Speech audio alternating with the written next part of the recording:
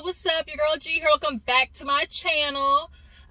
Just coming, to just do a little talking, a little chit chat with you guys. I'm over here at the park and with my niece and nephew. So of course I was scrolling on the gram, on the internet, and seeing what people had to talk about. And there's a couple of deep subjects necessary that could be touched on. Of course, I'm going to express my little 2 cents, my opinion, and we just gonna get into it. And I just want y'all drop down in the comments and also, give you guys this point of view on, some things I wanted to touch on today, because specifically, really with Ari Fletcher, people are getting into her ass. Then there also was this other post of this girl on TikTok. Y'all, she gave her nigga all the money. All the money that she worked for is in his bank account. I know she said y'all joint, our joint bank account, but boo-boo, let me tell you, the fact that you're giving him control of the money, bitch, that's his money, whether it's in a joint bank account or not, okay? But yeah, and then, of course, I want to talk about love and marriage transfer a little bit. There's kind of a lot of stuff I want to touch on, but let's go ahead and get into it, you guys. If you're new to my channel, hey, hit that subscribe button. Everybody else, drop down the comments, like the video, follow my Instagram and Twitter. Let me know that you pulled on over here to Gigi with the juice. All my guys in my juice box crew, definitely love y'all. Been rocking me since the get-go, from the beginning. I appreciate it, okay? Y'all just make sure to tag, post, share, all that good stuff. We need more people over here in the juice box crew. But yeah, so what I want to start with, let's go ahead and knock out this TikTok video, y'all. So this TikTok video went viral of this woman. I don't know if you've seen it on Instagram, basically everywhere, Shade Room, Neighborhood Talk, whatever. So basically she admitted that, I give my husband I guess he's her husband. I'm hoping that was her husband. I pray to God that's her husband. Cause bitch, if you just boyfriend or sneaky link and you giving that money over, bitch, you all types of stupid. I mean, you already stupid, but you dumb. Bitch, are you stupid or are you dumb? Bitch, are you dumb? Remy Ma voice. Are you dumb? But nonetheless, she says, of course, he's the man, he takes care of everything because that's what he's supposed to do. So I basically work. She works, gives him the money in their joint bank account. Okay, bitch, joint bank account my ass. She's like, yeah, he takes care, so he's allowed, so he can take care of the bills and everything. I get $100 a week allowance. I can't ask for more if I want to. Bitch, what? Allowance of your own paycheck? Does that make sense to y'all? Allowance of your own money that you work for? And then he just over there sitting like this, just listen to her talk, and everybody in the comments saying the same thing, like, bitch, I know I caught me a fool, but y'all don't say nothing. Look, he literally looking like, yeah, I know this shit sound dumb, don't it? But she doing it, ain't she? And it's like, he just sitting there looking like, boo-boo the fool. So, of course, the conversation, begins of, this idea of, men taking care of the household, that whole leadership shit. As a woman, having your own, who does that? We've seen too many examples, way too many examples of when a man who takes care of everything financially, one, bills might not, I've seen too many stories. You think bills getting paid, they not. Mortgages getting paid, they not. You think you got, girl, she talking about investments, bitch. Do you even look at the investments portfolio? I am a financial, advisor. So, bitch, just because you got investments doesn't mean that shit is working. Is it mutual funds? Is it short-term or long-term investments? Do you know the interest on it? Do you know if you can pull it out without, penalty? Do you know all that shit? Okay. Questions, bitch. I just don't understand. And so, what do you guys think of just this idea in general of, men controlling the household, the finances? it's so weird because now we do live in this kind of time where men love to say, oh, I want me a woman who's independent, who got her own. But it's like, do you really? Because a woman who's independent and got her own definitely seem to be, you know, threatening a lot of you niggas. And y'all are super fragile. Y'all got fragile ass masculinity. So when she does come to the table with her own, or bitch decides to bring her own table, you know, y'all start backing up like, whoa. I didn't ask for this, but it's like you did. If you want a woman who's independent and financially stable and got her own, you must have to understand she's not going to be some dumb broad bitch that sits there and does shit like this, giving the man control of her money and not knowing where the fuck it's going. Like, I'd be damned if I'm working 40, 50, 60 hours a week and I don't know where my money's going. 2, what happens if or when shit hits the fan? Is this a bank account that both of y'all's name is on? Like, you have now giving him almost permission now to, when he's ready to go, he can up and leave, bitch, with your money too. We've seen, there have been plenty of women, like, if you read the stories, like, men be cleaning out bank accounts. I'm literally watching Real Housewives of Orange County. Noelle, her husband, up and flew to goddamn country, y'all. Sent her divorce papers in Spanish from Puerto Rico and cut off all the cards. And they have a son who's special needs. So you're cutting off the money to a special needs son who needs that, not only to afford his living, but his therapy and everything. When men decide they are up and ready and done, what are you gonna do? That's my question. I don't know your name, but TikTok girl with the big ass bonnet, like, if he up and leaves, what are you gonna do? I don't know if they have kids. She said take care of the household and the bills, so I'm just going to assume they have a couple little, you know, kiddos running around. But y'all drop down in the comments, do you guys feel like you are the type of woman who allows, you know, a man full control of the money? Are you a woman who trusts, you know, the extent of getting, you know, the man that you're with, you say, okay, if when he tells you bills are paid, things are paid, I've invested in our future, I've got this together financially, do you simply trust that? Or do you go in yourself and, you know, look at the things? Do you double behind him? And then that's another thing too. You niggas is fickle with the fact that, okay, yeah, some of you dudes may have some shit in place, but the idea of a woman coming in behind you and possibly offering an improvement, constructive criticism, or, you know, offering maybe a progression of what you have, it like literally pisses y'all off. And then you start feeling like, oh, she emasculated me. Like, the idea of emasculation confuses the fuck out of me, because how am I emasculating you? That's your own personal feelings. Like, it's not my job to make you feel like a man. And so I'm now not doing things that could, you know, cripple our household. You may have something in place, but if we had kids and we had this whole entity and empire, and I notice something that you're doing that could be detrimental or could be improved, I'm simply supposed to sit back and be like, I'm not going to say nothing. I'm going to wait to see if he going to fix it because I don't want to make him not feel like a man. I'm supposed to ride with you over the, like, I'm supposed to ride with you over the cliff like some Bonnie and Clyde type shit. I just don't understand it. And now here this woman is, Dodo Bird. He called him a good one. I swear the way he was looking, he was just over there like, everybody plays a fool. Like, I just was so lost, y'all. I just was baffled. I honestly was. And she was saying it like she was saying a goddamn sermon. And so, ooh, that made me think of, let's move on, because this TikTok honestly made me think of that dumbass Negro Kevin Samuels. So I watched a video of his, and he said that black women should not be intimidated by white women. We're going into how this leads into the TikTok because it's all under, you know, the guise of patriarchy, okay?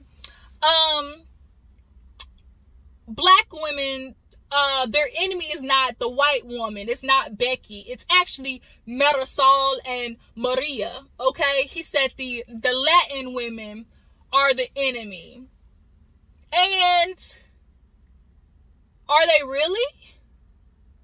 Are they really? Like, this idea of an enemy, like, because he's speaking enemy as in the fact of, okay, they're basically, you know, taking up the black men. You know, they are partnering with the black men. So where does that leave black women?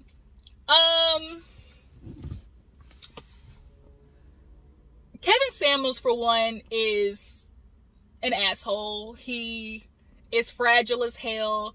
Fragile masculinity. He's the idea of that, the epitome of that.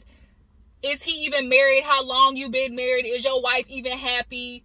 Honestly, he might as well just come out as gay, because it's clear that he hates women. A lot of men, you want to have sex with men. Y'all love the sexual part of a woman, but you resent everything. Woo. You know, you be talking, that thing hit the back of your throat. Hold on.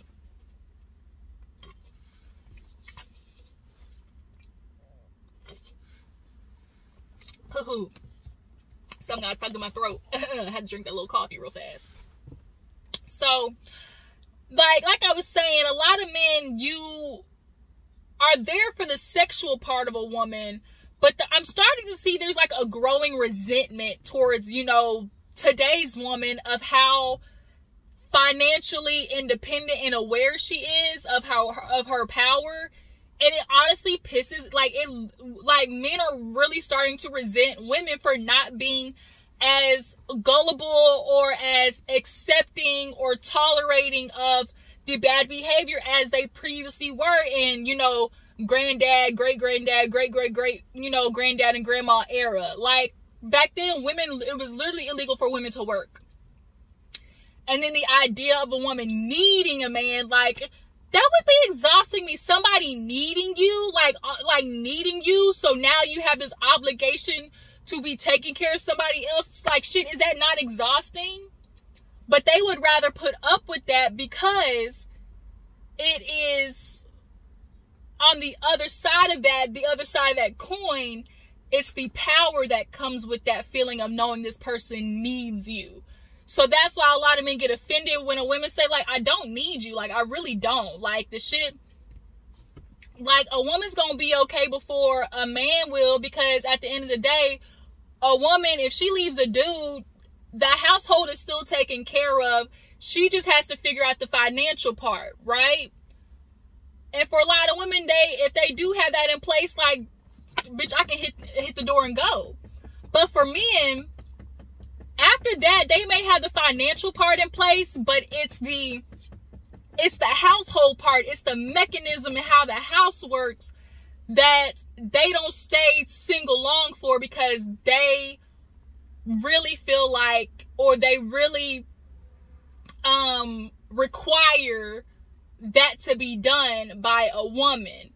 So most men don't stay single for long after a relationship. They just pick up another woman who's willing to jump right in that spot and take care of the household stuff, because one, they feel too good to do it, and two, why do it when you know there's literally a woman waiting in line to do it for you? Like, you literally have to do nothing, because the men literally don't have to do anything after breaking up, because they know there's a woman jumping in. But back to Kevin Samuels and his dumbass, that feeling of Mexican, Latin women, you know, being the enemy. The older I get, the more I start to not be mad about, you know, the other races, women taking black men. I'm no longer, you know, as upset as I was, because I'm understanding, like, they're not winning anything. They're not getting anything that is a prize for us as black women, or just as women in general. The behavior they're getting, the treatment, the manipulation, like, everything is exactly the same as far as men go all across the board. So for us to look at the other woman as the enemy, like, she's just doing what she is, as women we're programmed to do, to try to make ourselves feel, you know, valuable to the man, because it's all about what we can do to, you know, supplement and, you know, show that, you know, we're the ride or die type, or can be there for him as he, you know, builds his empire, for me to, you know, come along and, you know, help supplement that. But the only enemy to women right now is men, right? That's really all it is. Like, men are the enemies of women. That's just what it is. And they're always going to put something in place to implement. They're never going to get to a point where there is security or they are comfortable with the woman being on the same playing field as them, which is why a lot of them do not like the fact that women are financially stable, and they always choose the girls who just look good.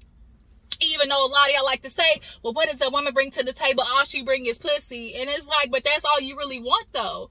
If you think about it, because if she does bring more to the table than a little coochie and some dick sucking, you try to minimize that. Y'all always try to minimize that. So, how contradictory is that? Right? You want a woman to bring more to the table, but when she does bring more to the table, you try to have her shrink it. So, what sense does that make? What sense does that make? And then Kevin Samuels really basically snitched on himself and like on men, because he was like, oh, Maria, Marisol, they're better for men because they were raised in, a patriarchal home. They follow that. And it's like, so you basically you're literally admitting and copying to the fact that a Latin woman, a lot of these other races are born or, cultivated in these environments and households of dad, mom, kids, and they're raised in that. A lot of black households are single mother black households. So we're literally watching independent black women. So a lot of the times there is no patriarchy, quote unquote, in the household. So when he says that, it's like he really is snitching on himself from what he really thinks about women. Y'all want women to fall in place of the patriarchy, and when she doesn't, you resent her. A woman coming to the table with money now does not give you any more leverage. Kevin Samuel honestly pisses me off. He really honestly does. Like, and then these like fragile ass men who follow him, and these male identified women, like they follow him, and it's just like, he pisses me off. He really does. Oh Lord, I'm looking rough today, y'all. This is I got the hat on today. It just is what it is. So that's why when I see that TikTok, like, she just basically falling into the idea of patriarchy. That's what Kevin Samuels and a lot of these men, one out here, they want total and utter control with no type of, accountability, with no type of, utter of, being wrong. And what does this mean for women? And are we just going to continue to understand, like, this is what they want and we're just going to fall in place? Or are we going to have to start, rearranging these rules? Like, is it time for, a lot of women, we honestly really do have more control than we allow are taking ownership of. It's just that a lot of women don't sit in their power. They just don't. They don't have an environment that cultivates them, owning their power and things like that. So it's just kind of, it's rough. It's rough to watch, the situation that women in general are in, and how going forward, what this means for relationship, monogamy in general. A lot of this does play into the fact of, monogamy, how it's meant for a man to be financially, more stable and higher, and being financially there, because then that allows him the entitlement of going out in the streets and creating a whole bunch of different families and homes, as they did back in the day, or going around and fucking Keisha, Carisha, and Tisha, like they feel entitled to do that simply because the household is taken care of. And now you basically have given a man that green light. Now when your man cheat on you, TikTok girl, he now has no incentive to change because you gave him everything, right? Like, bitch, you can't go nowhere because you ain't got no money. So now why is he gonna change if you can't go nowhere? Girl, women, you need to always have an exit. You need to always, when you get on the plane, know where the exits are. Front, back, side to side. Know where your motherfucking exits are, bitch. so that way, when you do decide it's time to go, you can. But Kevin Samuels, what do you guys think? Like, is it the Latin women, the other, you know, races, are they the enemy? Do you guys feel like they play a part in, you know, the versus between, you know, black women and other races? Do they have a part in the blame of that? Or do you guys feel like it's just simply men, you know, who are the enemy of, you know, women, and how they pit, you know, the races against each other? Yeah. And so speaking of that leads me to the conversation of colorism, because I really wanted to get on this because there was this girl who posted, I think it was Neighborhood Talk or the Shade Room, and this girl just kind of basically said, oh, you know, we want to talk about colorism, but I had discussed how, you know, darker skinned females, you know, basically are abusive to the, you know, lighter skinned women, and it's like basically we just have to, like, we're just supposed to take it. And in the post, the girl said for no reason, but it's like, girls, not for no reason. Like, there is a reason. But I want to focus on the part of, you know, the colorism aspect of, like, how there is a truth to those who are darker complexioned, kind of going through life hating and resenting those who are more fair skinned. And I speak from experience, and so I try to, that's why I'm discussing this, simply because, why is my nephew running out here with no goddamn shoes on? Where are your shoes? In the car. They're right here. Where are your shoes, Imani? Scary. Can you give me a couple of minutes? Can I finish this, sir? I thought it'd been 30 minutes. I know I ended up starting later. Alright, give me a couple more minutes and then we'll be out of here. You already started the video? Yeah, I'm literally in the middle of the video right now. You can say hi. Hi. You supposed to wave. They can't see you. That's my nephew. Alright, give me a couple of minutes. Okay. Look, I gotta deal with it. That's my nephew. Out here running with no goddamn shoes on. Kids. But yeah, so speaking from experience of somebody who's fair skinned, there is, we do know this exists. Colorism, it exists. We understand how those who are darker, you know, deal with the hatred of just the country in general, the world in general. There is a divide of, you know, lighter versus darker. And sometimes that does breed the hatred and resentment and just bad behavior towards those who are fair skinned. And I experienced it myself. And when you go through it, at the time when I actually never really thought about how the ones who were always picking on me were darker skinned. And when I, you know, as I got older and thought about it, you know, and you're just a little bit more inclined to what's happening, you know, in the world, I got to the point, like, I literally started telling myself, like, it was okay, because no matter what, where I live, the country's always going to be partial to me, right? It's going to be partial to somebody who's my skin tone and lighter. And so I told myself, like, I'm willing to take that, because no matter what, it's never going to be as bad for me out in the world as it is for them. And that kind of sucks, because it's honestly not fair. Like, sometimes as somebody who's more fair-skinned, you don't feel like you're able to talk about the mistreatment that you go through from your own kind, from black people, simply because everybody's always going to be like, you know what, it's like that because, you know, of colorism. You know, colorism exists, and, you know, you're going to go out in the world and they're going to treat you better. And it's like, that may be true. That absolutely is true. When I go out in the world, they're going to, unfortunately, treat me a little bit better than somebody who's darker skinned, but that does not make it right that I'm still getting mistreated and abused from those who are darker. That's not fair.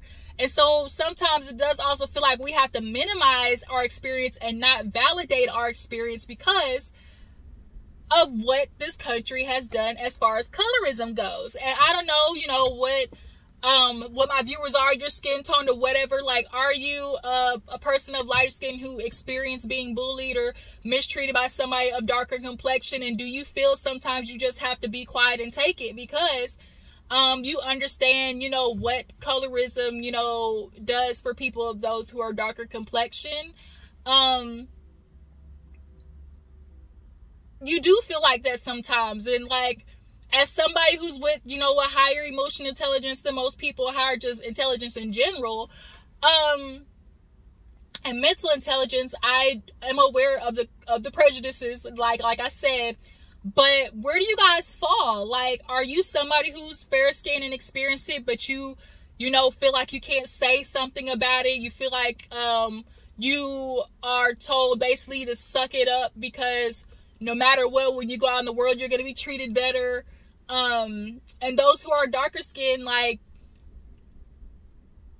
your experience of being somebody who, you know, the world deems, you know, less attractive or whatever, like, do you feel like sometimes it's a subconscious maybe that has you, you know, resenting? Like, that's like, is there just a natural resentment that comes towards those who are more fair skinned? Like, it's human nature to have resentment towards something and not necessarily know why, or you are resentful and you just, that's something you have to work on. Because although, like I said, I told you guys, like, although it's not fair what I went through growing up as somebody who was lighter skinned, like, when you discuss it, you immediately feel like people are going to attack you because it's like, well, the world says you're prettier, so you know what, like, you went through that, but guess what they got to go through? So it's like, I understand they got to go through that, but like, I still got, you know, put through some shit that should be acknowledged, right? But what do you guys think about that? Like, y'all drop down in the comments, like, were you somebody who had to deal with, you know, bullying and mistreatment, and as you got older, you just kind of realized what it was? Then that falls into place of, like, the men, the picking. Like, how many times do we see successful men and they are with women who are lighter skinned? So then it's like, what's deemed attractive and how that falls into them picking women who are of, you know, a persuasion of some type of mixture. They're foreign, you know, they're not necessarily black women, you know, they're always going to be something of lighter descent in this, you know, successful man world. And so that naturally breeds like this divide and tension between those who are, you know, on the darker side in comparison to those who are more light skinned. And so it's just, it sucks that, you know, we are dealing with the collateral damage of what white people put in place. But I'd like to get your thoughts on that. Y'all drop down in the comments. Moving on, let's talk real fast about let's talk about Miss Arionne real fast, since we're talking about men and their behavior today. This question of should Arionne join Love and Marriage Huntsville was given to Carlos, and of course in his roundabout way basically said, I ain't gonna do nothing until Melody say I can move. Like, he's not one of the people who's just gonna jump to doing something. But a lot of people are moving for that to happen, because next season, what else is there for? Eventually, the natural progression is going to are we going to see Martell end up with this woman? Are they going to try to be a family? Are they like, that's just the natural progression, and bitch, we want to see. If I was Melody, I definitely understand. I would not want this bitch to step foot on nothing that I was on to get any type of bread. But Melody, this could be your out. Like, I know you said you're tired of being in Huntsville. I know you don't want to be around these people fighting all day. Like, this could be your out, low-key, bitch. And so, I honestly think I want to see it. I said this in my review of when I was on Love and Marriage Huntsville. Bring that bitch on, because now, let's see for real how Martell treats you. Because you hung around here for 5, 6 years, right?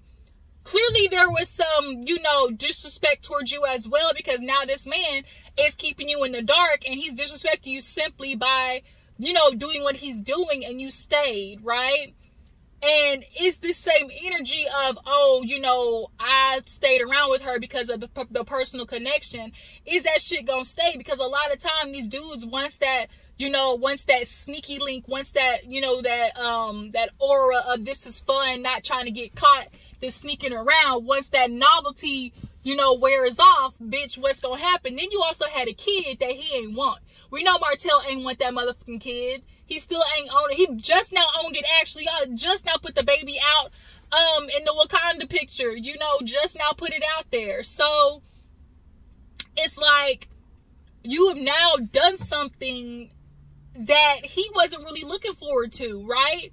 So what does this mean for y'all's relationship? Is this going to make him lean into being the family, you know, or is this going to make him start, you know, low-key resenting you and treating you differently because now you went against his master plan? Because his master plan was basically to keep fucking you and Mel, keep you on the side, you know, just as something he can play around with, like a little cat, a little play toy, and then run back home, you know, and try to, you know, be fake loyal to Melody. Like, what do you guys think?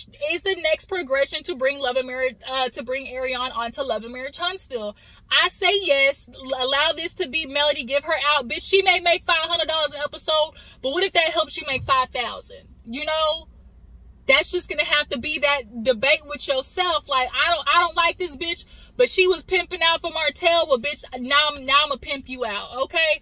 Get on the corner, hoe. Get on that corner call between channel 124 and OWN, Avenue 124 and OWN. Like,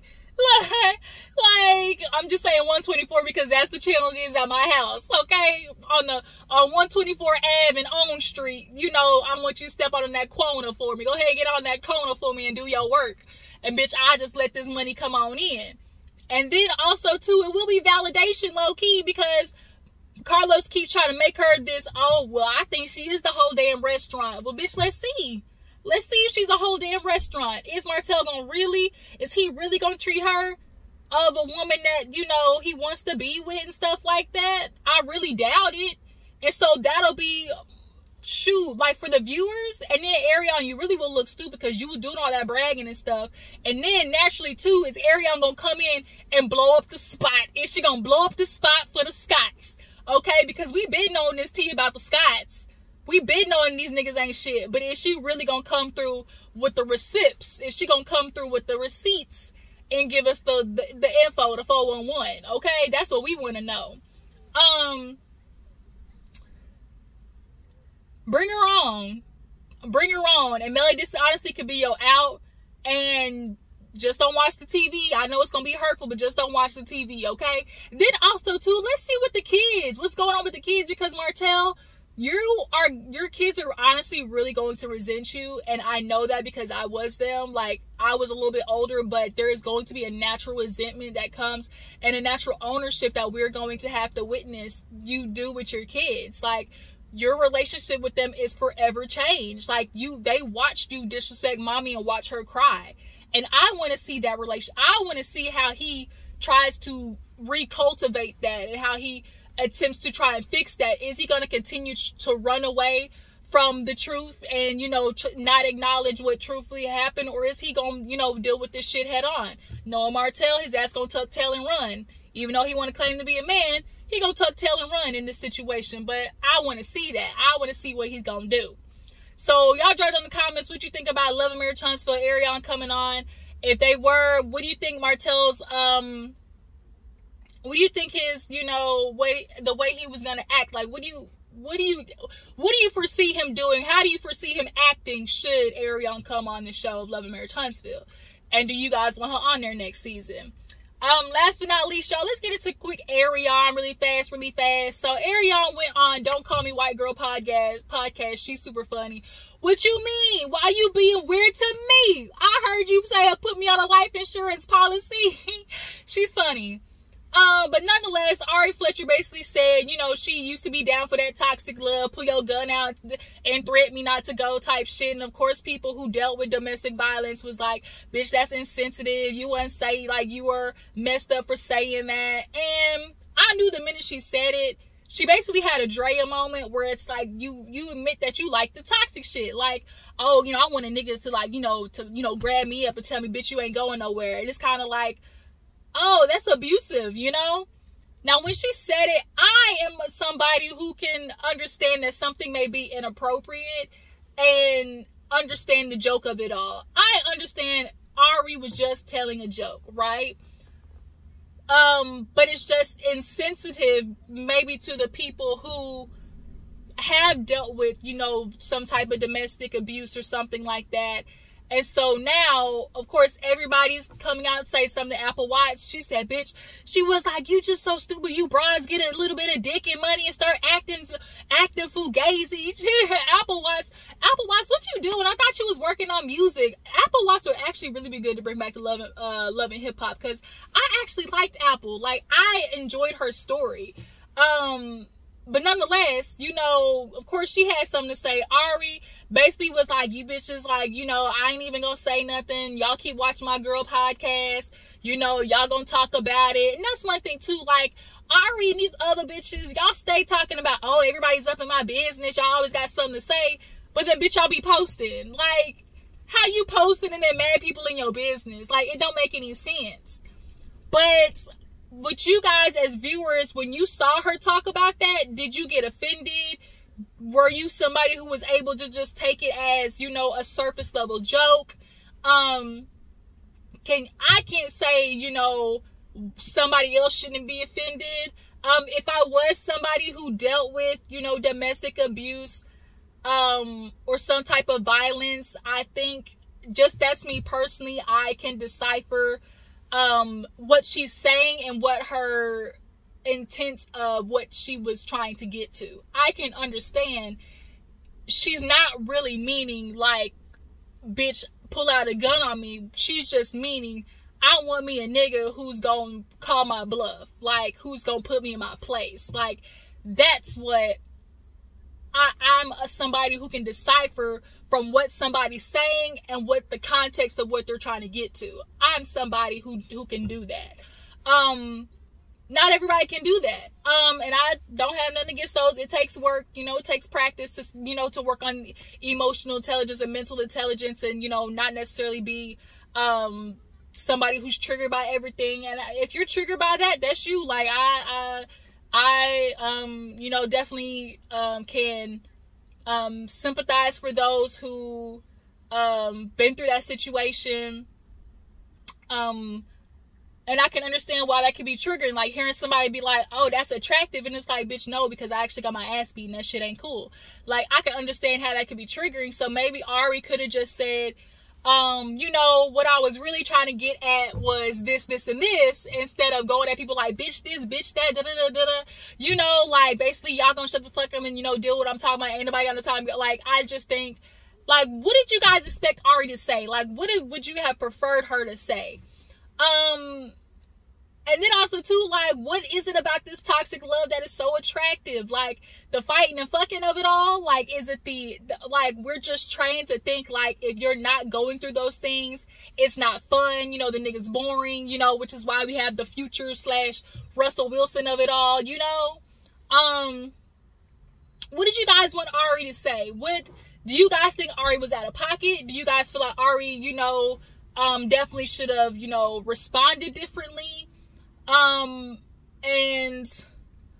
when people maybe talk about things of, in a joking manner, is it their responsibility to,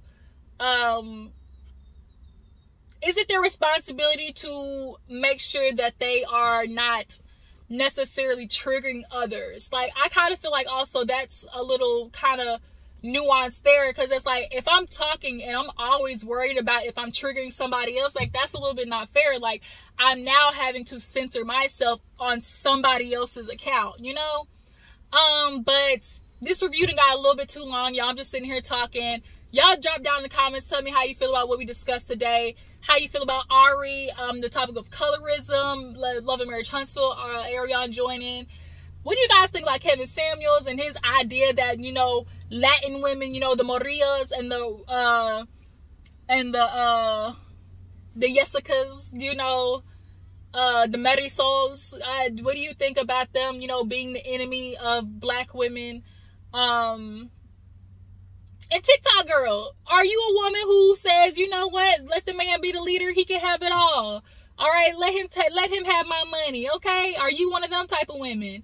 Appreciate y'all for tuning in. Make sure to like, subscribe, tag, post, drop down. Let me know how you feel about everything, and I will catch you guys next time. I'm gonna watch Love and Marriage. I keep saying I'm gonna watch Love and Hip Hop Family Reunion. I'll come and get back to you guys on that later on, y'all. Peace out.